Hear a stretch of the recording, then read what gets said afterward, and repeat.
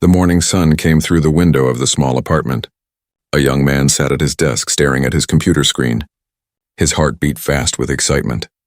He had just received an email that could change his life. The email was from elite talent recruiters. They wanted to meet him for an interview. This was not just any interview. This was for a senior software developer position at one of the biggest tech companies in the city. The job paid well. It offered great benefits. Most importantly, it was exactly what he had been working toward for years. He read the email again to make sure it was real. "Dear candidate, we have reviewed your application and are impressed with your qualifications. We would like to invite you for an in-person interview at our office."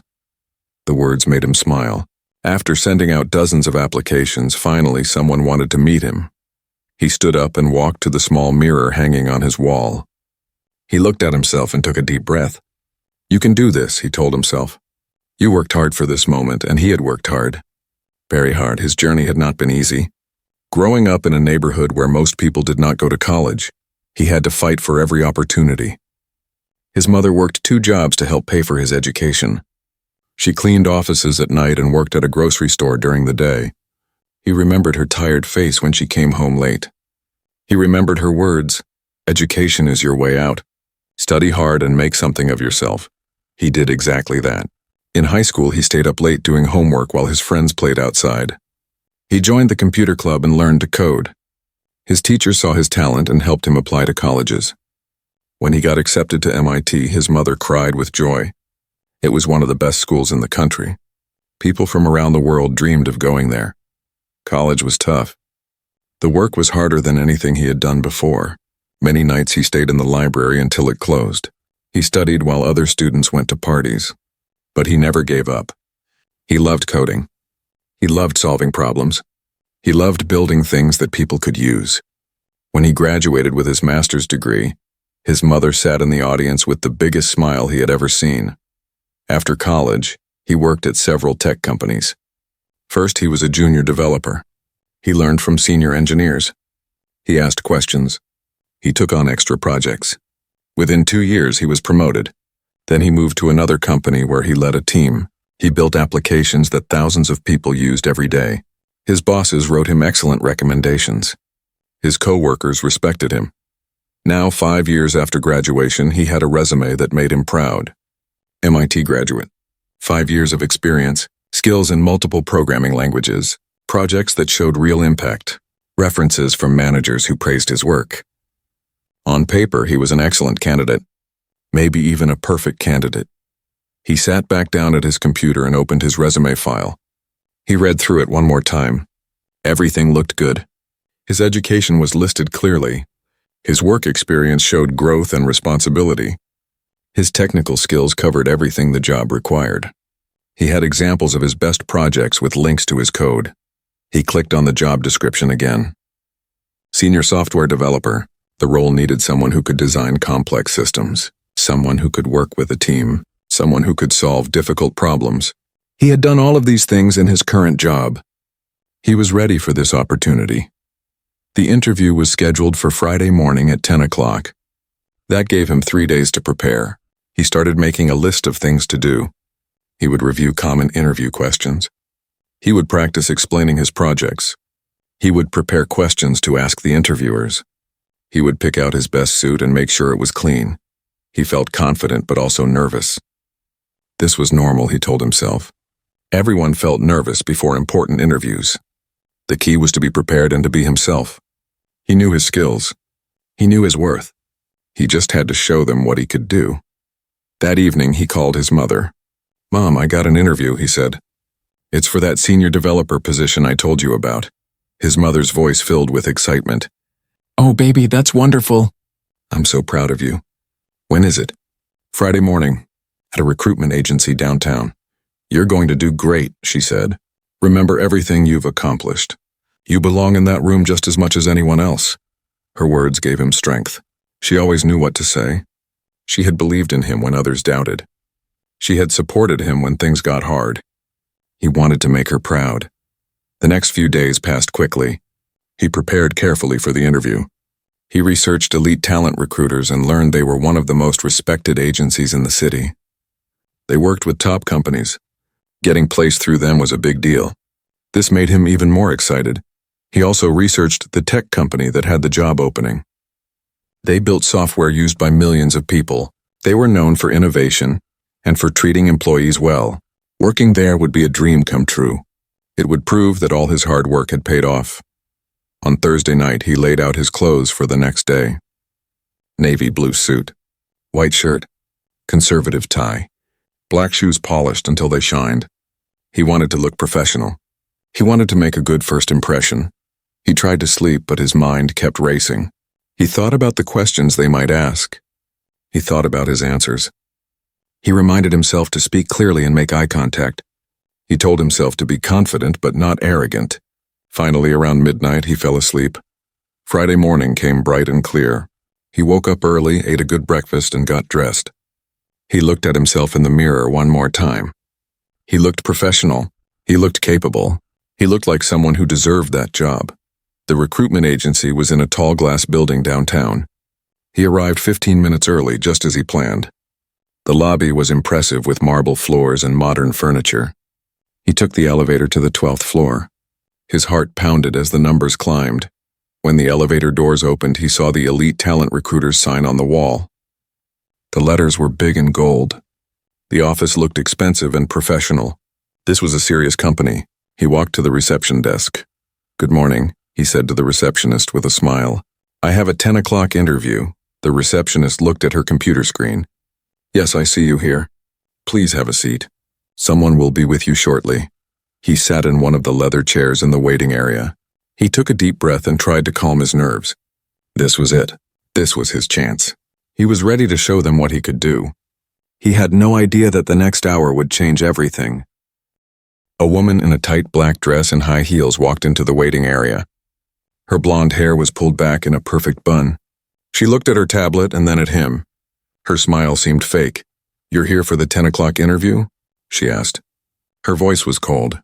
"Yes, that's me," he said, standing up and extending his hand. She looked at his hand for a second before shaking it quickly. "I'm Shannon. Follow me, please." She turned and walked fast down the hallway. He followed her, his portfolio in hand. They entered a conference room with a large table and leather chairs. Another recruiter was already there. He was a tall white man with slicked back hair and an expensive watch. He barely looked up when they entered. "This is Derek," Shannon said. "He'll be conducting the interview with me." Derek finally looked up and gave a small nod. His eyes traveled from the candidate's face down to his shoes and back up again. Something about that look made the candidate uncomfortable. "Please sit down," Derek said, pointing to a chair across from them. The candidate sat down and placed his portfolio on the table. He smiled, trying to project confidence. "Thank you both for meeting with me today. I'm very excited about this opportunity." Shannon opened a folder with his resume inside. She stared at it for a long moment. Then she looked at Derek. They exchanged a glance that the candidate could not quite read. "So," Shannon began, her voice carrying a tone of doubt. "It says here you went to MIT. That's impressive."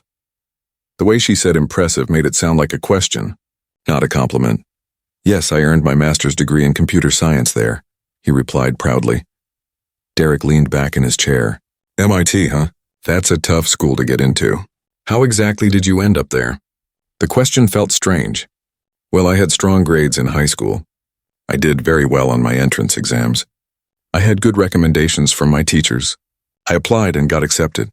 Right, Derek said, nodding slowly. "But was there maybe some kind of special program? You know, something that helped you get in?"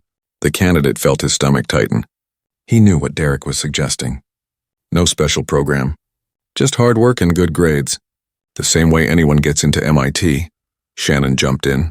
"And when you were there, how was it? I mean, were you able to keep up with the coursework?" "Yes, I graduated with honors," he said, trying to keep his voice steady. "I did very well in all my classes." "Honors," Shannon repeated, looking at Derek again. "That's surprising. I mean, that's good. It's just that MIT is known for being very difficult." "It was difficult," the candidate said. "I worked very hard. I spent many hours studying and completing projects." Derek picked up the resume and squinted at it. "Let's talk about your work experience. You say here you led a team that built a mobile application. Can you tell us about that?" Finally, a normal question. The candidate relaxed a little. Yes, I led a team of 5 developers. We built an app for a financial services company. It has over 200,000 downloads and a 4.7-star rating. Interesting, Derek said. So you led the team. But who actually did the coding? The candidate blinked. We all did. I was the lead developer, so I wrote a lot of the core code, but it was a team effort. But you personally wrote code? Shannon asked, her eyebrows raised. Yes, of course. That was my job. And this code, Derek continued, you wrote it yourself? Or did you have help from the other team members? Maybe they did more of the heavy lifting? The candidate felt heat rise in his chest. The implication was clear. They were suggesting he had not really done the work himself. I wrote a significant portion of the code personally. I can show you my GitHub profile if you'd like to see examples of my work. That won't be necessary, Shannon said quickly. Let's move on. For the next 20 minutes, every question felt like an attack. When he mentioned his current salary, Derek suggested it seemed quite high for someone with your background.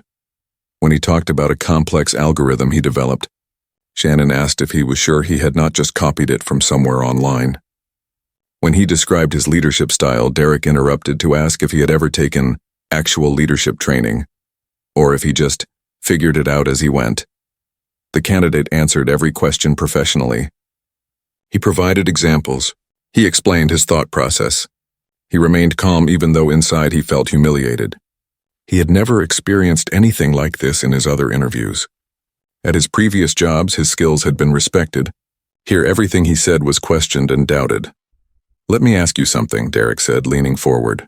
Why do you think you're qualified for a senior-level position? Most senior developers have 10 or more years of experience. You only have 5. I've taken on senior-level responsibilities in my current role, the candidate explained. I've mentored junior developers. I've made architectural decisions. I've led projects from start to finish. My managers have told me I'm ready for a senior position. Your managers told you that, Shannon said with a slight smirk. But do you really think you're ready? Senior positions require a lot of knowledge and experience. Maybe you should consider looking at mid-level positions instead. Be more realistic about your abilities. The candidate felt his jaw tighten. I am being realistic. I know my abilities. I've proven myself in my work. Have you, though? Derek asked. Or have you been given opportunities because companies are trying to meet diversity quotas? The words hung in the air like smoke. The candidate stared at Derek. He could not believe someone had just said that out loud in a professional interview. My opportunities came from my qualifications, he said slowly, carefully. Not from quotas. I earned everything I have. Shannon waved her hand dismissively. Of course. We're not saying you didn't work hard. We're just trying to get a realistic picture of your actual skill level. Sometimes people get promoted for reasons other than pure merit. It's just the reality of the industry these days. The candidate took a deep breath. He wanted to stand up and walk out. He wanted to tell them exactly what he thought of their disgusting behavior. But he needed this job. He needed to stay professional. So he continued to answer their questions, even as they continued to insult him with every word. They asked him to solve a coding problem on a whiteboard. It was a basic algorithm that any first-year computer science student could solve. He solved it easily and correctly. Derek studied the solution and said, Are you sure this is the most efficient approach? Seems like there might be a better way. There was not a better way. The candidate's solution was optimal. But he did not argue. He just nodded and said, This is a standard solution that works well. After 45 minutes, Shannon looked at her watch. Well, I think we've learned enough about you today. We'll be in touch if we decide to move forward. If they decide. Not when. If. The candidate stood up. Thank you for your time, he said, his voice steady despite the anger burning inside him. Derek did not stand. He just nodded. We'll let you know. Don't get your hopes up, though. This is a very competitive position. Shannon walked him to the door of the conference room. As he stepped out, he heard Derek's voice behind him. It was quieter, meant to be a whisper, but the candidate heard it clearly. No way he's qualified. These diversity hires are killing the industry. Companies just want to look good, so they hire people who can't actually do the work. Shannon's response was just as clear. I know, it's so obvious. Did you see how he couldn't explain that algorithm properly? The candidate had explained the algorithm perfectly. They both knew it. But the truth did not matter to them. He walked down the hallway toward the elevator. His hands shook. His heart pounded. Years of education, years of hard work, years of proving himself, and these two people had dismissed everything in 45 minutes because of the color of his skin. He pressed the elevator button and waited. The doors opened. He stepped inside and pressed the button for the lobby. As the elevator descended, he finally let out the breath he had been holding. When he stepped outside into the sunshine, the fresh air hit his face. He walked to his car, got inside, and sat there for several minutes. He gripped the steering wheel. Part of him wanted to cry. Part of him wanted to scream. Part of him wanted to go back up there and tell them exactly what they were. But he did none of those things. Instead, he started his car and drove home. He had experienced discrimination before. Subtle things, microaggressions, but this was different. This was blatant. This was cruel. And somehow it hurt even more because these people had power over his future. He did not know it yet, but this terrible experience would lead to something bigger, something that would change not just his life, but the lives of many others. Sometimes the worst moments lead to the best outcomes, but right now, sitting in his car, all he felt was anger and pain. The restaurant was busy that evening. People talked and laughed at tables around them. But at one table in the corner, a young man sat quietly, pushing food around his plate with his fork. He had barely eaten anything. His sister sat across from him. She was dressed in a business suit, having come straight from her office. She had noticed his mood the moment she walked in. Her brother was usually cheerful and full of energy. Tonight he looked defeated. "You've barely touched your food," she said gently. "What's wrong?" He looked up at her. For a moment he thought about saying nothing, about just pushing through it like he always did. But he was tired of pushing through, tired of pretending things did not hurt. "I had an interview today," he said quietly. "That's great." "The senior developer position?" She smiled, excited for him. "Yeah, that one." He put down his fork. "It was the worst experience of my life." Her smile faded. "What happened?" He took a deep breath and told her everything. He told her about Shannon's cold greeting, about Derek's suspicious questions, about how they questioned whether he really went to MIT, how they suggested his achievements were not real, how they implied he was a diversity hire who did not deserve his position, how they made him feel small and worthless. As he talked, his sister's expression changed. Her eyes grew hard. Her jaw clenched. She set down her wine glass carefully, as if afraid she might break it if she held it too tight. "They said, what about diversity hires?" she asked, her voice low and dangerous. "They said diversity hires are killing the industry. They said it right after the interview ended. They thought I could not hear them, but I did."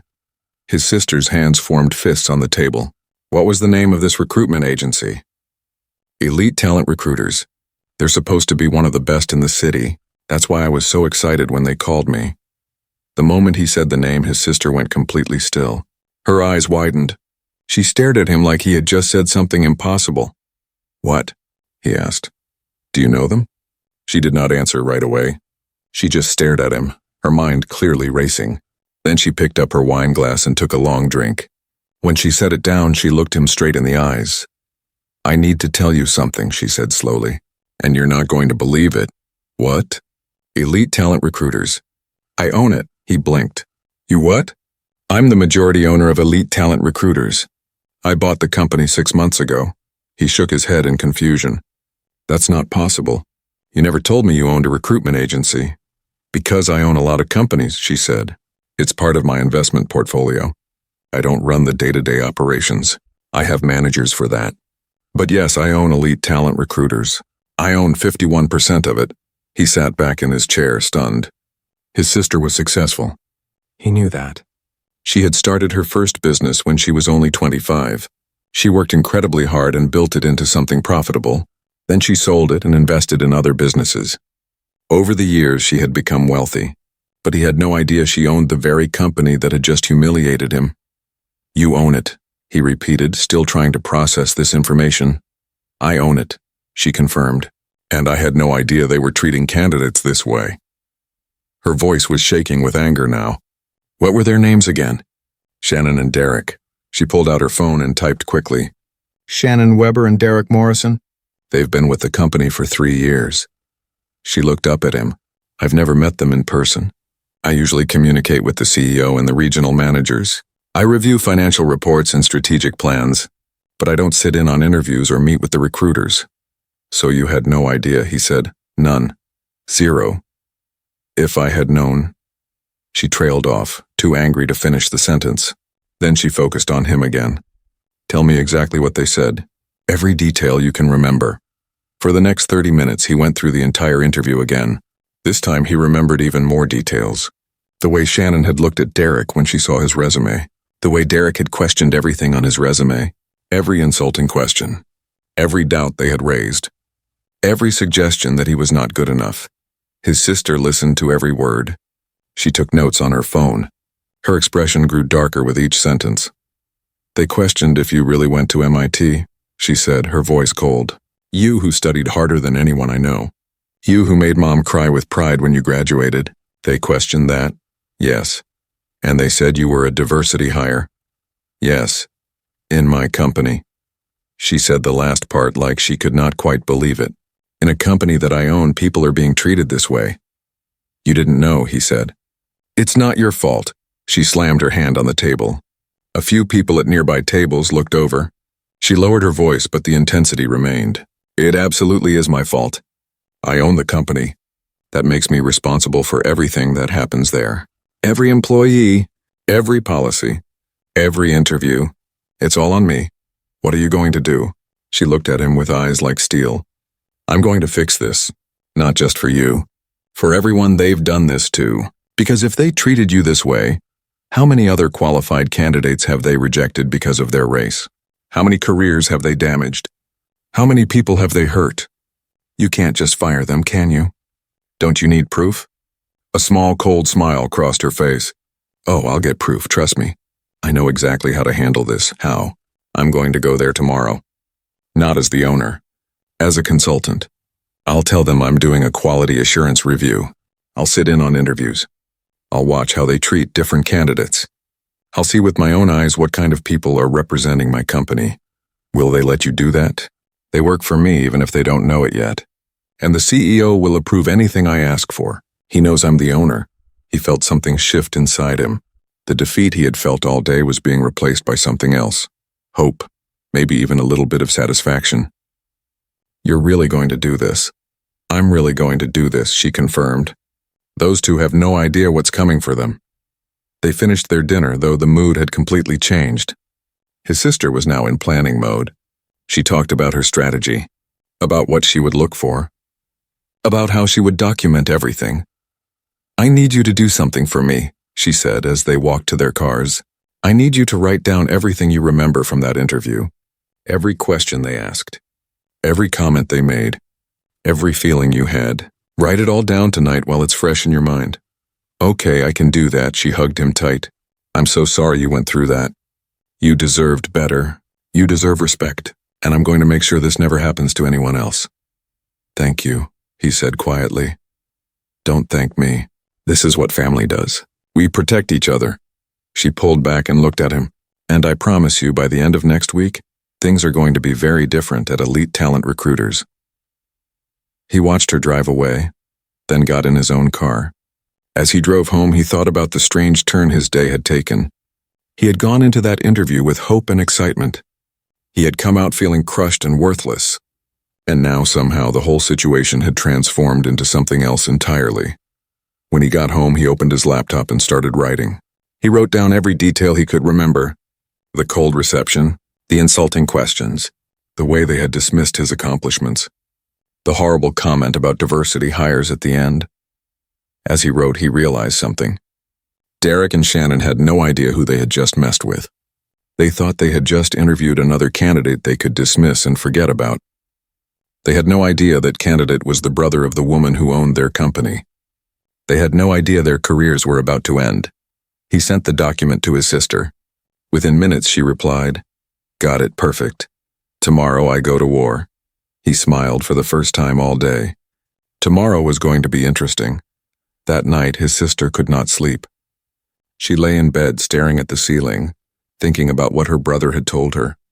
She thought about all the hard work he had put in, all the sacrifices their mother had made, all the obstacles he had overcome, and 2 ignorant, racist recruiters had tried to destroy his confidence in less than an hour.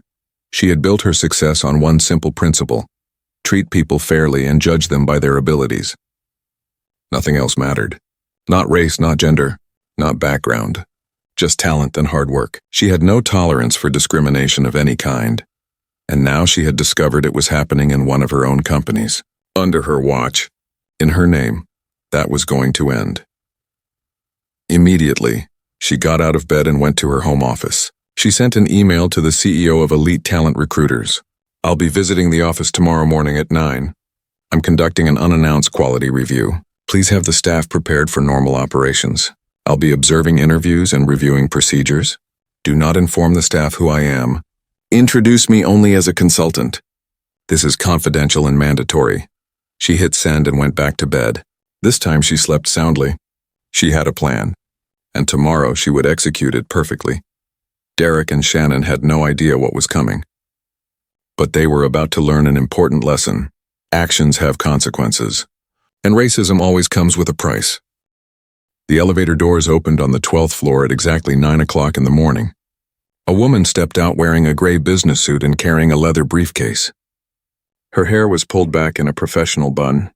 She wore glasses she did not usually need, just to change her appearance slightly. She looked like a consultant, which was exactly what she wanted. The CEO of Elite Talent Recruiters was waiting for her in the lobby. His name was Richard Chen, and he looked nervous. He had received her email late last night and had barely slept. When the owner of your company says she is coming for an unannounced quality review, you worry about what she might find. Good morning, he said quietly, shaking her hand. Everything is ready as you requested. The staff thinks you're a consultant from an HR firm doing a routine quality assessment. Perfect, she said. Show me to an observation room. I want to watch the morning interviews. He led her to a small office with a window that looked into one of the interview rooms. The window had special glass. She could see through it clearly, but from the other side it looked like a mirror. It was meant for training purposes, allowing new recruiters to watch experienced ones conduct interviews. The schedule is on the tablet, Richard said, handing it to her. We have 6 interviews today. Shannon and Derek have 4 of them together. Good. I'll start by watching them. Richard hesitated. May I ask what this is about? She looked at him with cold eyes. You may not. Just let me do my work. He nodded and left quickly. She settled into the chair and looked at the tablet. The first interview was scheduled for 9:30. The candidate's name was Jennifer Rodriguez. Position, Marketing Coordinator. While she waited, she reviewed the files Richard had sent her last night.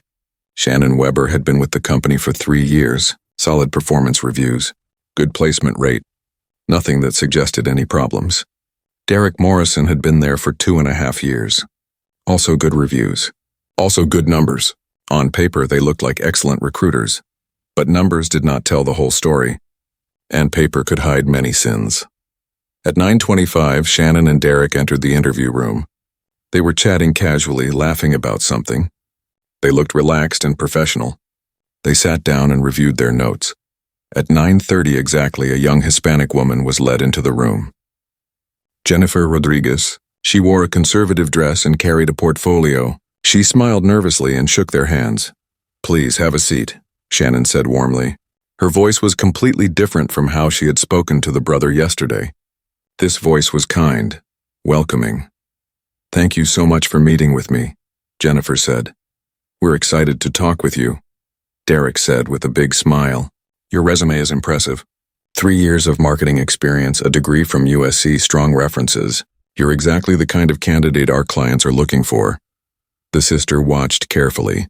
She took notes on a small pad. So far, everything seemed normal, professional, appropriate. The interview continued. Shannon and Derek asked good questions. They listened to Jennifer's answers. They nodded encouragingly. They laughed at her jokes. When Jennifer mentioned a successful campaign she had led, Derek said, That's fantastic. You clearly have strong strategic thinking skills. After 30 minutes, the interview ended. Shannon smiled warmly at Jennifer. You did great. We'll definitely be putting you forward for this position. I think you're a perfect fit. Expect a call from us in the next few days. Jennifer left the room looking happy and confident. The sister made more notes. That was a good interview. Fair, professional, no red flags at all. The next interview was at 10:30. The candidate's name was Michael Patterson. White male, position sales executive. Again, Shannon and Derek were warm and professional. They asked good questions. They praised Michael's experience. Derek even shared a joke about sales that made everyone laugh. At the end, Shannon said, "We're very impressed. You're definitely someone we want to work with." The sister frowned. 2 good interviews in a row. Maybe her brother's experience had been unusual. Maybe Derek and Shannon had just been having a bad day. Maybe. The 3rd interview started at 11:30. The candidate's name was Keisha Washington. Black female. Position, administrative assistant. The moment Keisha walked into the room, the sister noticed something change.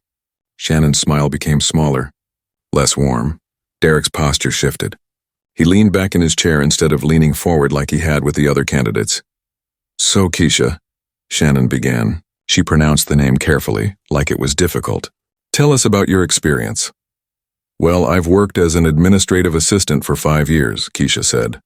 She had a clear, confident voice. "I've managed schedules for executives, organized travel, handled communications, and supervised other administrative staff." 5 years, Derek repeated. "And you're applying for another administrative assistant position.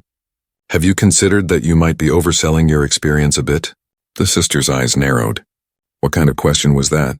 Keisha looked confused. "Overselling? No, I don't think so. I've documented all my experience in my resume. I have references who can confirm everything." "Right, but sometimes people, exaggerate a little bit on resumes," Shannon said with a condescending smile. "It's pretty common. We just want to make sure we understand what you actually did versus what your supervisors did." "I did everything I listed on my resume," Keisha said firmly. "I'm not exaggerating anything." The interview continued, and it got worse. Shannon questioned whether Keisha really knew how to use the software she listed. Derek suggested that perhaps Keisha would be better suited for a more junior position. When Keisha mentioned she was looking for a salary of $50,000, Shannon actually laughed. $50,000 for an administrative assistant? That's quite ambitious. Most positions in this field pay around $35,000 to $40,000. "I've been working for 5 years and I have specialized skills," Keisha said. Her voice still steady, but the sister could see frustration in her eyes. $50,000 is reasonable for someone with my experience." "If you say so," Derek said in a tone that clearly meant he disagreed. The interview ended early, after only 20 minutes. Shannon did not smile when Keisha left. She just said, "We'll be in touch." Not "we'll definitely call you" like she had said to the other candidates.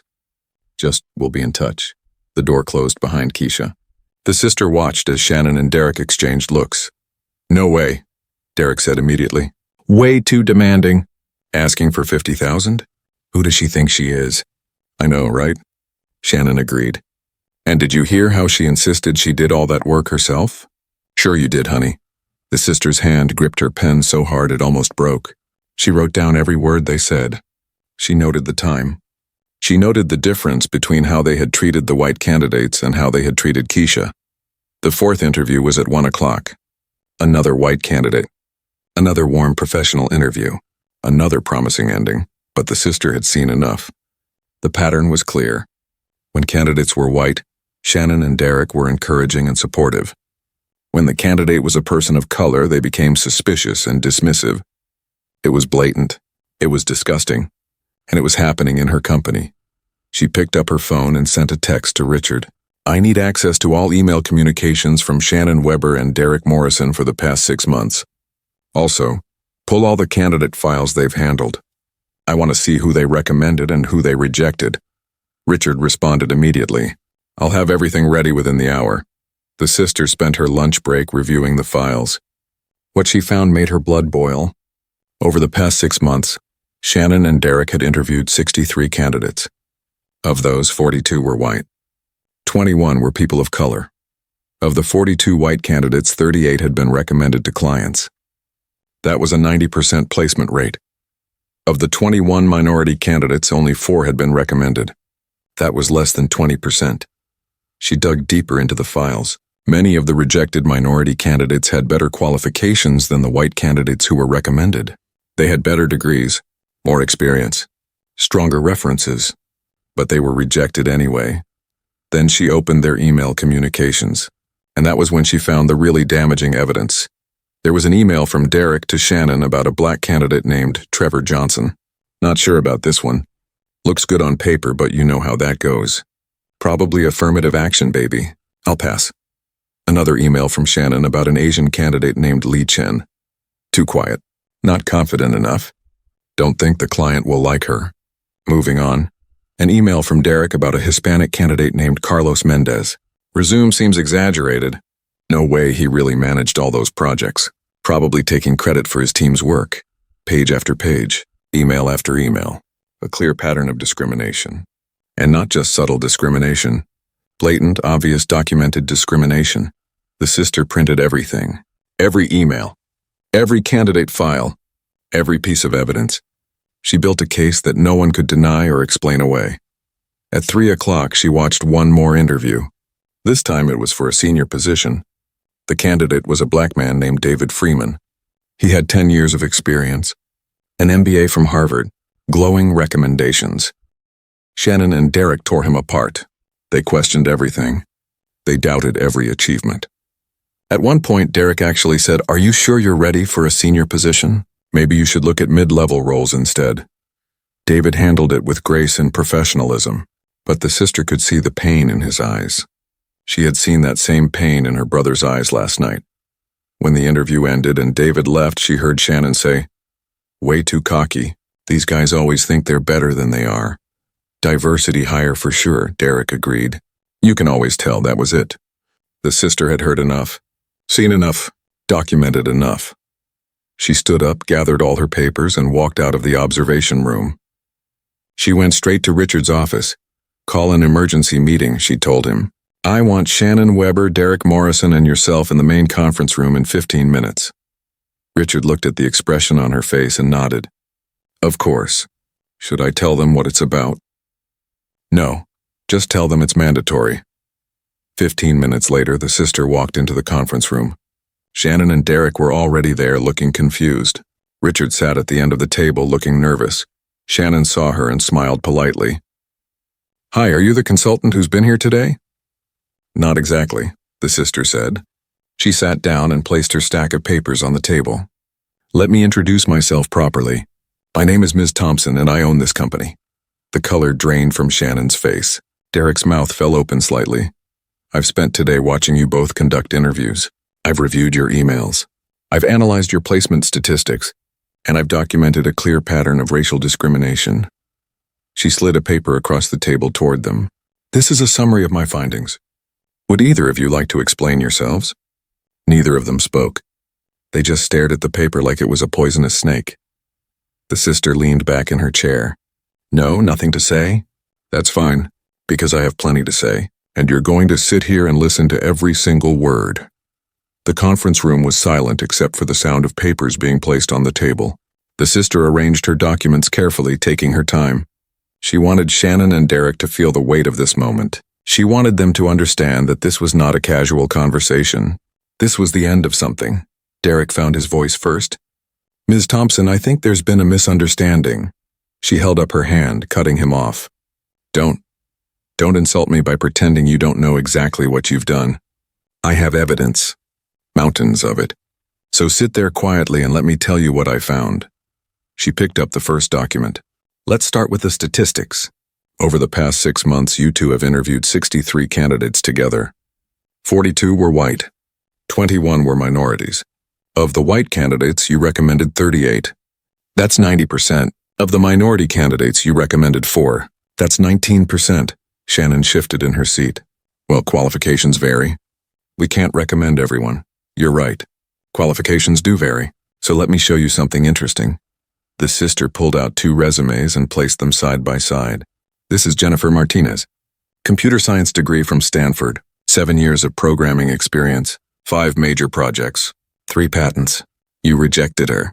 Said she seemed to be exaggerating her accomplishments." She pointed to the other resume. "This is Brad Cooper. Computer science degree from a state school. 4 years of experience. 2 projects. No patents. You recommended him enthusiastically. You told the client he was exceptional." Derek opened his mouth, but she continued before he could speak. Jennifer had better qualifications in every way. Better school, more experience, more achievements. But you recommended Brad, why? We felt Brad was a better cultural fit, Derek stammered. Cultural fit? The sister repeated the words slowly. That's an interesting phrase. Can you define what that means? Derek did not answer. Let me help you, she said. Cultural fit is what people say when they mean someone looks like them. When they mean someone is white. That's not fair, Shannon protested. We judge people on their abilities. Do you? The sister pulled out more documents. Then explain this email you sent to Derek about a candidate named Marcus Williams. And I quote, not sure about this one. Looks good on paper, but you know how that goes. Probably affirmative action, baby. I'll pass. Shannon's face went pale. She stared at the email like she could not believe it was real. That was taken out of context. What context makes that acceptable? The sister's voice was sharp as a knife. What context makes it okay to assume a qualified black candidate only got his degree through affirmative action? I didn't mean it like that, Shannon said weakly. Then how did you mean it? The sister waited. Shannon had no answer. Let me show you more emails. Here's one from you, Derek, about a candidate named Aisha Rahman. Too quiet. Not confident enough. Don't think the client will like her. But you wrote this before you even interviewed her. You wrote it after looking at her resume, after seeing her name, after seeing her photo. Derek's hands were shaking now. I was just making an initial assessment. Based on what? Her qualifications were excellent. You judged her before ever speaking to her. You judged her on her name and her appearance. The sister stood up and walked around the table. She placed more documents in front of them. Here's an email about Carlos Mendez. Resume seems exaggerated. No way he really managed all those projects. But you never questioned any white candidates' resumes. Not once, only minority candidates. She moved to stand behind them. They did not turn around. I watched you interview candidates today. I saw how you treated Keisha Washington. How you questioned everything she said. How you told her she was overselling herself. How you laughed when she asked for a reasonable salary based on her experience. That's not what happened, Shannon tried to argue. I have video, the sister said coldly. The observation room records everything. I have every interview you conducted today. I can show them to a jury if necessary. The word jury made both of them flinch. But the most interesting thing I learned today, the sister continued, walking back to her seat, was yesterday. Yesterday you interviewed a young man who came in for a senior developer position. Derek and Shannon looked at each other. A flash of recognition crossed their faces. He had an MIT degree, 5 years of excellent experience, strong references, perfect qualifications, and you destroyed him. You questioned whether he really went to MIT. You suggested his achievements were not real. You implied he was a diversity hire who did not deserve his position.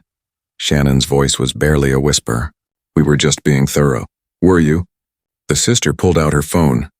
She played an audio recording. Derek's voice came through clearly. No way he's qualified. These diversity hires are killing the industry. Shannon's voice followed. I know. It's so obvious. The room fell completely silent. The recording ended. No one moved. That young man, the sister said quietly, is my brother. Shannon made a small choking sound. Derek closed his eyes. My brother who worked harder than anyone I know, who stayed up studying while his friends played, who made our mother cry with pride when he graduated from MIT, who earned every single opportunity through talent and dedication. You called him a diversity hire. You dismissed 5 years of excellence because of the color of his skin. We didn't know, Derek whispered. Didn't know what? That he was my brother? Or didn't know that your racism would have consequences? The sister's voice was like ice. You didn't care who he was. You saw a black man and decided he was not good enough, just like you decided Keisha was not good enough, just like you decided Marcus and Aisha and Carlos and Jennifer were not good enough. She sat back down and looked at them both. You didn't just hurt my brother. You hurt dozens of qualified people. You denied them opportunities they deserved. You damaged careers. You reinforced prejudices, and you did it all while representing my company. Richard, who had been sitting silently at the end of the table, finally spoke. Ms. Thompson, what would you like me to do? First, terminate their employment immediately. Effective right now. You can't do that. Shannon jumped to her feet. We have contracts. Read your contracts, the sister said calmly. There's a clause about representing the company professionally and ethically. You violated that clause repeatedly. The termination is legal and justified. Richard will provide you with documentation. This is unfair, Derek said, his voice rising. We're good at our jobs. Our numbers prove it. Your numbers with white candidates are good, the sister corrected. Your numbers with minority candidates are abysmal. And it's not because minority candidates are less qualified. It's because you're racist. We're not racist, Shannon shouted. That's ridiculous. The sister picked up the stack of documents and threw them across the table. Papers scattered everywhere. This is evidence of racism. Written evidence. Recorded evidence. Statistical evidence. You can deny it all you want, but the facts don't lie. Derek stood up. We want lawyers. Get lawyers, the sister said. Get the best lawyers you can afford. It won't change anything. The evidence is overwhelming. You discriminated against candidates based on race. You violated civil rights laws. You exposed this company to massive legal liability. She turned to Richard. After you terminate them, I want you to file a report with the state licensing board. I want their recruiter licenses reviewed. You'll ruin our careers, Shannon said, tears starting to form in her eyes. You ruined your own careers, the sister responded without sympathy. The moment you decided to treat people differently because of their skin color, you ruined your careers. I'm just making sure everyone knows what you did. Please, Shannon begged. We have families. We have bills. We need these jobs. So did all the candidates you rejected unfairly. Did you think about their families? Their bills? Their needs? The sister shook her head. You showed them no mercy. Why should I show you any? Derek tried one more time. What if we apologize? What if we promise to do better? Do you think an apology fixes this? Do you think saying sorry makes up for all the harm you've caused? The sister leaned forward. Let me tell you something. My brother came home yesterday and told me he felt worthless. A man with an MIT degree and 5 years of excellent work felt worthless because of how you treated him. No apology can fix that. She stood up and gathered her documents. Richard, please escort them to their desks. Give them 15 minutes to collect their personal belongings. Then have security walk them out. I want them off the property within the hour. Yes, Ms. Thompson, Richard said. Shannon was crying openly now. Please, you have to understand. We didn't mean to hurt anyone. But you did hurt people. That's the thing about racism. Intent doesn't matter. Impact matters. And the impact of your actions was devastating. Derek made one last desperate attempt. If you fire us like this, we'll never work in recruitment again. Good, the sister said simply. You shouldn't work in recruitment. You shouldn't have power over people's careers. You've proven you can't be trusted with that responsibility. She walked to the door and paused. You know what the saddest part of this is? You're not stupid people. You're educated. You're professional. You could have been excellent recruiters. But you let prejudice poison everything. You let racism convince you that talented people were not good enough. And now you're paying the price for that choice. She opened the door. Richard, make sure this is handled properly. I want documentation of everything. Timestamps. Witness statements. Everything by the book. Understood. The sister looked at Shannon and Derek one last time. They looked small now. Defeated. The arrogance and confidence they had shown in their interviews was completely gone. You had power over people's futures, she said quietly. You could have used that power to help people, to give opportunities to talented individuals regardless of their background. Instead, you used it to hurt people, to maintain barriers, to keep people out. She stepped out of the room. That's why you're being fired. Not because you're racist, but because you used your racism to harm others. And in my company, that will never be tolerated. As she walked down the hallway, she heard Shannon crying behind her. She heard Derek arguing with Richard. She did not turn around. She had said everything that needed to be said. She took the elevator down to the lobby and stepped outside. The afternoon sun was bright. She pulled out her phone and called her brother. It's done, she said when he answered. They're fired, and I'm going to make sure they never hurt anyone else again. Her brother was quiet for a moment. Then he said, thank you. Don't thank me. This is just the beginning. I'm going to fix this company. I'm going to make it into something we can both be proud of. I know you will. She smiled for the first time that day. I love you, little brother. I love you too. She ended the call and stood there for a moment, feeling the sun on her face. Justice felt good. But there was still work to do. Firing 2 racist recruiters was not enough. She needed to change the entire system. She needed to make sure this never happened again. Tomorrow she would start rebuilding. Today she had taken out the trash. The conference room at Elite Talent Recruiters looked different than it had just 1 week ago. The same furniture. The same windows with a view of the city. But the energy was completely different. Where there had been complacency, there was now purpose. Where there had been hidden prejudice, there was now open commitment to change. The sister sat at the head of the table. Around her sat the remaining staff of Elite Talent Recruiters. 10 recruiters, 3 administrative assistants, 2 managers, and Richard, the CEO. They all looked nervous. In the past week, they had watched Derek and Shannon get fired. They had seen security escort them out. Word had spread quickly about why they were terminated.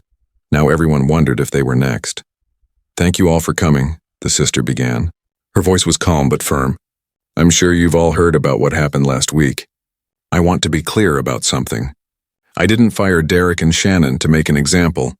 I fired them because their behavior was unacceptable and illegal. They discriminated against candidates based on race. They violated our policies and they violated the law." She looked around the table. "I'm not here to fire everyone. I'm here to transform this company. But I need your help. I need all of you to commit to doing better, to being better." One of the recruiters, a woman named Lisa, raised her hand. "How do we know what's acceptable? I mean, we all thought Derek and Shannon were doing a good job." "That's exactly the problem," the sister said. "Their discrimination was hidden in normal-looking work. Good placement rates with some candidates, professional demeanor in meetings. But underneath, they were systematically rejecting qualified minorities. And no one noticed." She stood up and walked to a whiteboard. "Starting today, we're implementing major changes. First, we're bringing in a diversity and inclusion consultant. Her name is Dr. Patricia Moore. She's one of the best in the country. She'll train all of you on recognizing and eliminating bias in the hiring process." Richard handed out folders to everyone at the table. "This is Dr. Moore's background and the training schedule. It starts next Monday and runs for 4 weeks." "4 weeks?" one of the managers asked. "That's a lot of time." "Yes, it is," the sister agreed. "Because this is important, more important than anything else we're doing right now. I don't care if our numbers drop temporarily. I care that we get this right." She wrote on the whiteboard, "Blind initial screening. Second major change. From now on, all initial resume reviews will be blind. No names, no photos, no addresses that might indicate race or ethnicity. Just qualifications, education, experience, skills." A recruiter named Tom spoke up. "But how do we personalize our approach to candidates if we don't know who they are?" "You don't need to personalize during initial screening," the sister explained. "You just need to determine if they're qualified. Once you've decided a candidate has the right qualifications, then you learn who they are and begin building a relationship." She could see some of them were skeptical. That was okay. They would learn. "Third change," she continued. "We're implementing a new review system. Every rejection will be documented with specific reasons. Those reasons will be reviewed by managers weekly. If we see patterns of certain types of candidates being rejected, we'll investigate why." Lisa raised her hand again. "What if we have legitimate reasons for rejecting someone? What if they really aren't qualified? Then you'll have clear documentation explaining why. Education doesn't match. Experience is too limited. Skills are not sufficient. Those are legitimate reasons, but not a cultural fit or something feels off or I'm not sure about them are not acceptable reasons anymore." "We need specifics," the sister sat back down. "I also reviewed all the candidates that Derek and Shannon rejected over the past 6 months. I found 73 people who were clearly qualified but were turned down. I'm personally reaching out to every single one of them." "What are you going to tell them?" Richard asked. "The truth. That they were treated unfairly. That we're sorry. And that if they're still looking for opportunities, we'd like to help them." One of the younger recruiters, a man named Kevin, looked worried. "What if they sue us? Telling them they were discriminated against seems like we're admitting liability." "We are admitting liability," the sister said bluntly, "because we are liable. Derek and Shannon discriminated against these people while working for us. That makes the company responsible. I've already spoken with our lawyers. We're prepared to settle any claims fairly." She could see the shock on their faces. Most companies would hide this. Deny everything. Fight every claim, but that was not how she did business. I'd rather pay settlements and fix the problem than spend years in court denying the obvious, she explained. More importantly, I want these people to get the opportunities they deserved in the first place. Over the next hour, she explained more changes. A new complaint system where candidates could report unfair treatment, regular audits of placement rates by demographic groups, partnerships with professional organizations that served minority communities, required diverse interview panels for all senior positions. When the meeting ended, the staff filed out quietly. Some looked motivated. Some looked worried. All of them looked like they understood that things were going to be different. Richard stayed behind. That was a lot of changes, he said. Some of them are going to be expensive. I know. Some of the staff might quit. I know that too. We might lose clients who don't like the new approach. The sister looked at him. Richard, I didn't buy this company to make maximum profit. I bought it to build something good, something that helps people. If we lose clients who don't value diversity and fairness, then they weren't the right clients anyway. Richard nodded slowly. I understand. For what it's worth, I think you're doing the right thing. I'm glad you think so, because I'm going to need your help making all this happen. You have it. Over the next 2 weeks, the transformation began. Dr. Patricia Moore arrived and started the training. The sister sat in on every session. She watched as the staff learned about unconscious bias, about microaggressions, about the ways prejudice could hide in seemingly neutral decisions. Some of the recruiters were defensive at first. They did not want to believe they had biases, but Dr. Moore was patient and persistent. She used exercises that made bias visible. She showed them data about how identical resumes got different responses based on whether the name sounded black or white. She explained how culture fit had become code for people like us. Slowly, the sister saw awareness growing. She saw recruiters starting to question their own assumptions. She saw them catching themselves making judgments based on factors that had nothing to do with qualifications. Meanwhile, she began reaching out to the rejected candidates. The first call was the hardest. She dialed the number for a woman named Tamara Johnson. Tamara had been rejected for a marketing position despite having perfect qualifications. Ms. Johnson, my name is Ms. Thompson. I own Elite Talent Recruiters. I'm calling because I discovered that you were treated unfairly when you interviewed with us 6 months ago. There was a long pause. Treated unfairly how? You were rejected by recruiters who had a pattern of discriminating against minority candidates.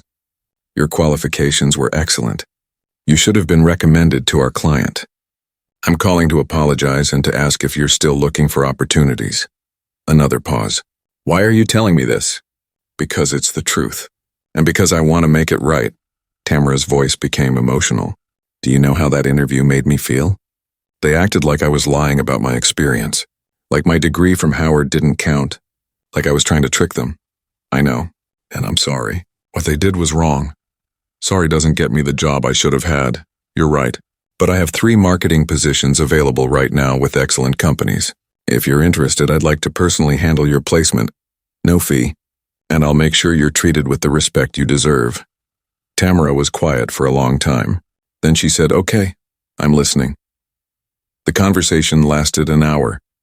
By the end, Tamara had agreed to interview with 2 companies. Within a week, she had 2 job offers. She accepted one with a salary 20% higher than the original position she had been rejected for. The sister made 72 more calls like that. Not all of them went well. Some people were too angry to talk. Some had already found jobs. Some didn't want anything to do with Elite Talent Recruiters ever again. But many of them listened. Many of them accepted help. And over the next month, 23 of those previously rejected candidates got placed in excellent positions. Her brother was one of them. The tech company that originally wanted to interview him was thrilled when the sister called. We never got to meet him because your recruiters said he withdrew his application, the hiring manager said. But we'd love to talk to him now. The interview went perfectly, not because the interviewers went easy on him, but because they evaluated him fairly. They asked real technical questions. They listened to his answers. They judged him on his abilities. He got the job offer 3 days later. Senior developer, great salary, excellent benefits, everything he had wanted. When he called his sister to tell her, his voice was full of joy. I start in 2 weeks. I'm so proud of you, she said. I'm proud of you too. What you've done at that company. It's amazing. We're not done yet. We still have a long way to go. But progress was visible. The new blind screening process was working. Without names and photos, recruiters were focused on qualifications. The placement rate for minority candidates was climbing. It was now at 60%, up from 19% under Derek and Shannon. More importantly, the culture was changing. In team meetings, recruiters started calling out their own biases. I almost rejected this candidate because her college wasn't a big-name school, but her experience is actually better than most Ivy League graduates I've seen. I caught myself assuming this candidate wouldn't be good at public speaking, but I realized I was basing that on his nationality, not his actual presentation skills. Word spread in the community. Minority professional groups started recommending elite talent recruiters to their members. Companies looking for diverse talent reached out to partner with them. What had been a crisis became an opportunity. 3 months after firing Derek and Shannon, the sister held another all-staff meeting. "I want to show you something," she said. She pulled up a presentation on the screen. "These are our numbers from 3 months ago under Derek and Shannon. 90% placement rate for white candidates. 19% for minorities." She clicked to the next slide. "These are our numbers today. 78% placement rate for white candidates. 63% for minorities." Someone asked, "Why did the white placement rate go down?" "Because we're being more selective. We're not just placing people because they look or sound like the hiring manager. We're placing people who are actually the best fit based on skills and experience. Sometimes that means turning down white candidates who aren't as qualified as we thought.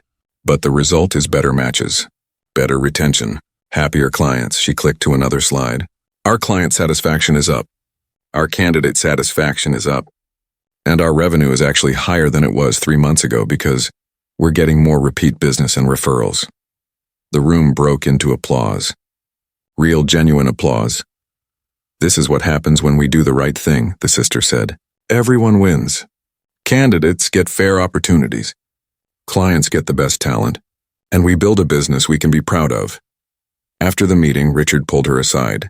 "You know, when you first told me about the changes, I was worried. I thought we might lose everything. And now I see we would have lost everything if we hadn't changed. Derek and Shannon were time bombs. Eventually, someone would have sued us. We would have had a public scandal. This way, we caught it early and fixed it." The sister smiled. "That's the thing about doing the right thing. It's also usually the smart thing." That evening, she had dinner with her brother again. Same restaurant, same corner table, but everything felt different. "You did it," he said. "You really transformed that company. We're not perfect yet. We still have work to do, but we're so much better than we were. You saved a lot of careers, not just mine. All those people who were rejected unfairly, you gave them another chance. They deserved that chance. They always did." Her brother raised his glass. "To second chances, and to sisters who fight for what's right." She clinked her glass against his. "To transformation, and to never accepting discrimination as normal." They drank together, both of them knowing that something important had changed, not just at elite talent recruiters, but in themselves, and in all the lives they had touched. 3 months had passed since that terrible interview. 3 months since the confrontation. 3 months since the transformation began. And now the young man stood in front of a tall glass building, straightening his tie and taking a deep breath. Today was his first day at his new job. The tech company's headquarters was impressive. Modern architecture, beautiful lobby with comfortable seating areas, people walking through with energy and purpose. This was where he was meant to be. This was the opportunity he had earned. "Welcome." A woman with a warm smile approached him. She was the hiring manager who had conducted his final interview. "We're so excited to have you join the team. Let me show you to your desk and introduce you to everyone." As he walked through the office, he noticed something. The team was diverse. People of different races, different backgrounds, different ages, and everyone seemed engaged and happy in their work. "Here's your workspace," the manager said, showing him to a desk with 2 large monitors and a comfortable chair. "Everything is set up for you. Your computer is ready. Your login credentials are in this envelope, and your team lead will be here in a few minutes to get you started." He sat down and looked around. This was real. He had made it. Not because of special treatment, not because of quotas, but because he was qualified and capable. His phone buzzed. A text from his sister. "First day. You've got this. So proud of you. He smiled and texted back, "Thank you for everything." What his sister had done at Elite Talent Recruiters had changed his life, but it had changed many more lives too. And today, she was taking the next big step in that transformation. They ate together, talking and laughing. The pain of that terrible interview seemed far away now. Not forgotten, but transformed into something positive. As the months continued, Elite Talent Recruiters kept growing. More candidates found opportunities. More companies partnered with them. More lives were changed. And what about Derek and Shannon? Word had spread quickly in the recruitment industry about why they were fired. Other agencies refused to hire them. They tried to find work in different fields, but their reputations followed them. They had learned too late that actions have consequences. But the story was not really about them. It was about transformation, about accountability, about justice, about one woman who saw injustice and refused to accept it, about one man who suffered discrimination but did not let it defeat him, about a company that was broken but chose to become better. 6 months after that first terrible interview, the brother was thriving at his new job. He had been promoted to team lead. His ideas were respected. His contributions were valued. He was exactly where he belonged. His sister's company had doubled in size. They had opened a second office. They had trained hundreds of recruiters on bias elimination. They had placed over 1,000 candidates in jobs where they could succeed based on merit. And every single day, they remembered why this work mattered. Because everyone deserves a fair chance. Everyone deserves to be judged on their abilities. Everyone deserves respect. The story that started with racism and pain had become a story of hope and change. It proved that one person could make a difference. That standing up for what is right, even when it is hard, is always worth it. As the brother sat at his desk one evening finishing up a project, he received an email from his sister. The subject line said, "Remember this?" He opened it. It was a photo from his first day at MIT, young, hopeful, ready to change the world. Below the photo, she had written, "You did it. You changed the world. I'm so proud to be your sister." He smiled and wrote back, "We did it together, and we're just getting started," because the work was never truly finished. There would always be more barriers to break down, more prejudices to challenge, more lives to change, but now they knew something important. Change was possible. Justice was achievable. And together they could build a world where everyone had a fair chance to succeed. That was a world worth fighting for. Every single day, the end was really just the beginning. At a hotel conference room across the city, the sister stood at a podium in front of 300 people. The annual Recruitment Industry Conference had invited her to be the keynote speaker. When the invitation arrived, she had hesitated.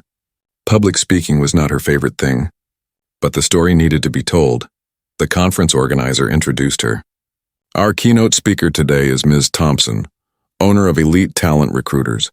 In just 3 months, she has transformed her company from one facing serious discrimination issues to one that is now recognized as a leader in diverse recruitment.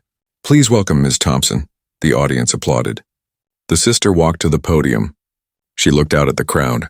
Recruitment professionals, HR directors, business owners, all of them needing to hear this message.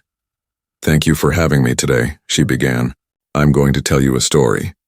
It's not a comfortable story. It's not a story that makes me look good, but it's a story that needs to be told." She told them everything. About her brother's interview, about the racist comments, about discovering that she owned the company where it happened, about the investigation and what she found, about firing Derek and Shannon, about the changes she implemented. The room was completely silent. People leaned forward listening to every word. "When I started investigating, I was shocked," she said, "not just at what Derek and Shannon had done, but at how easy it was for them to do it. They sent racist emails through the company system. They documented their bias in candidate notes. They rejected qualified minorities openly, and no one noticed. No one caught it. No one stopped it." She paused to let that sink in. "I had to ask myself, how did this happen in my company? I thought I had good systems, good people, good values, but I had never actually verified that those values were being practiced. I assumed everything was fine because the numbers looked good. But the numbers only looked good for some candidates. For others, the system was completely broken. She clicked to a slide showing the before and after statistics. This is what discrimination looks like in data. If you see massive differences in placement rates between demographic groups, you have a problem. If you see patterns of minority candidates being rejected at higher rates despite similar qualifications, you have a problem. If you see culture fit being used as a reason to reject diverse candidates, you have a problem. She saw people in the audience taking notes. Good. They needed to hear this. After firing Derek and Shannon, I had a choice, she continued. I could have quietly handled it internally. I could have settled any potential lawsuits with confidentiality agreements. I could have hidden the problem and moved on. That's what most companies do. She shook her head. But that doesn't fix anything. That just buries the problem until it happens again. So I chose transparency. I chose accountability. I chose transformation. She explained all the changes she had implemented. The blind screening, the bias training, the review systems, the outreach to rejected candidates, and you know what happened? She asked the audience. Our business got better. Not worse, better. We're placing more candidates than ever. Our client satisfaction is higher. Our revenue is up. Because when you focus on finding the best talent regardless of race, you actually find better talent. Someone in the audience raised their hand. But isn't it expensive to implement all those changes? Training, new systems, audits? Yes, it's expensive, she admitted. I spent over $100,000 in the first 3 months. But you know what's more expensive? Lawsuits, settlements, lost reputation, lost business, and most importantly, the human cost of discrimination. When you factor in all of that, doing the right thing is actually the cheaper option. Another hand went up. Did you lose any clients when you made these changes? Yes. 3 clients decided they didn't want to work with us anymore. One specifically said they preferred the old approach. Good riddance. Those weren't the clients I wanted anyway. But we gained 7 new clients who specifically came to us because of our commitment to diverse recruitment. The questions continued for 20 minutes. Every person who asked seemed genuinely interested in learning how to implement similar changes in their companies. Finally, a woman in the back stood up. I have to be honest. I've worked in recruitment for 15 years. I've seen discrimination. I've probably participated in it without realizing it. Your story is making me rethink everything. How do I start making changes in my company? The sister smiled. This was exactly the response she had hoped for. Start by looking at your data. Compare placement rates across demographic groups. Look for patterns. If you find disparities, investigate why. Be honest with yourself about what you find, and then commit to doing better. She paused. But I want to add something important. Don't do this just because it's good for business, even though it is. Do it because it's right. Do it because every person who walks through your door deserves to be judged on their qualifications, not their appearance. Do it because discrimination destroys lives and dreams. The room was quiet again. She had one more thing to say. My brother is one of the smartest people I know. He worked his way from a struggling neighborhood to MIT. He built a career through talent and dedication. And 2 recruiters almost destroyed his confidence in less than an hour. That should never happen to anyone. And if my story can prevent it from happening to even one more person, then sharing it was worth it. The audience stood and applauded, not polite conference applause, real sustained applause. Several people had tears in their eyes. After the speech, dozens of people came up to talk to her. Some wanted advice on implementing changes. Some wanted to share their own stories of discrimination. Some just wanted to thank her for speaking up. A black woman in her 40s approached. Thank you, she said simply. I've been in HR for 20 years. I've experienced everything your brother experienced. Multiple times. It means everything to hear. Someone in a position of power acknowledge it and do something about it. I'm sorry you had to go through that, the sister said sincerely. I'm just glad someone is finally talking about it publicly. Usually companies want to keep these things quiet. You're brave for speaking out. I'm not brave. I'm just angry that this still happens in 2025, and I'm determined to be part of the solution. The conference ended in the late afternoon. The sister drove back to her office. As she walked in, she was surprised to see her brother waiting in the lobby. What are you doing here? She asked, smiling. Shouldn't you be at your new job? I left early to come see you. I heard your speech was live-streamed. I watched it. And you were amazing. He hugged her tight. Thank you. For everything you said, for everything you did, for fighting for me and for everyone else. You would have done the same for me. Maybe. But you actually did it. You didn't just fire the people who hurt me. You fixed the whole system. Do you know how rare that is? They walked up to her office together. On her desk was a stack of folders. Each one was a candidate file. Each one was someone who deserved a fair chance. The work continues, she said, looking at the files. It does. But look how far you've come already. He was right.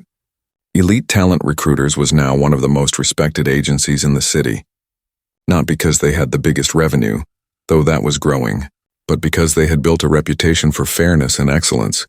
Other recruitment agencies had started reaching out, asking for guidance. Some wanted to implement similar changes. Some wanted to partner on diversity initiatives. The transformation at Elite Talent Recruiters was becoming a model for the industry. A few weeks later, the sister attended an award ceremony for minority business leaders. She had been nominated for an award recognizing her work in promoting diversity. She did not expect to win. There were many other deserving nominees, but when they called her name, she was shocked. She walked to the stage and accepted the award. As she held it, she thought about the journey that had led to this moment. It had started with her brother's pain. It had continued with her anger. And it had transformed into purpose. I accept this award not for myself, she said into the microphone, but for every person who has ever been judged unfairly, for every qualified candidate who was rejected because of prejudice, for everyone who worked twice as hard to get half as far because of the color of their skin. She looked out at the audience. Change is possible. It's not easy. It's not quick. But it's possible. And it's necessary. We cannot accept discrimination as normal. We cannot shrug it off as just the way things are. We have to fight it. Every single day, in every decision we make, the audience applauded. Her brother was there in the front row applauding the loudest. That night they had dinner at their mother's house. She had made all their favorite foods. As they sat around the table, their mother looked at both of them with pride. "My children," she said, her voice emotional, "look at what you've become. Everything I worked for, everything I sacrificed. It was worth it. We couldn't have done it without you." "Mom," the brother said, "your support gave us the foundation to succeed," the sister added. Their mother shook her head. "No, I gave you opportunities, but you made the most of them. You worked hard. You stayed strong. And now you're helping others do the same.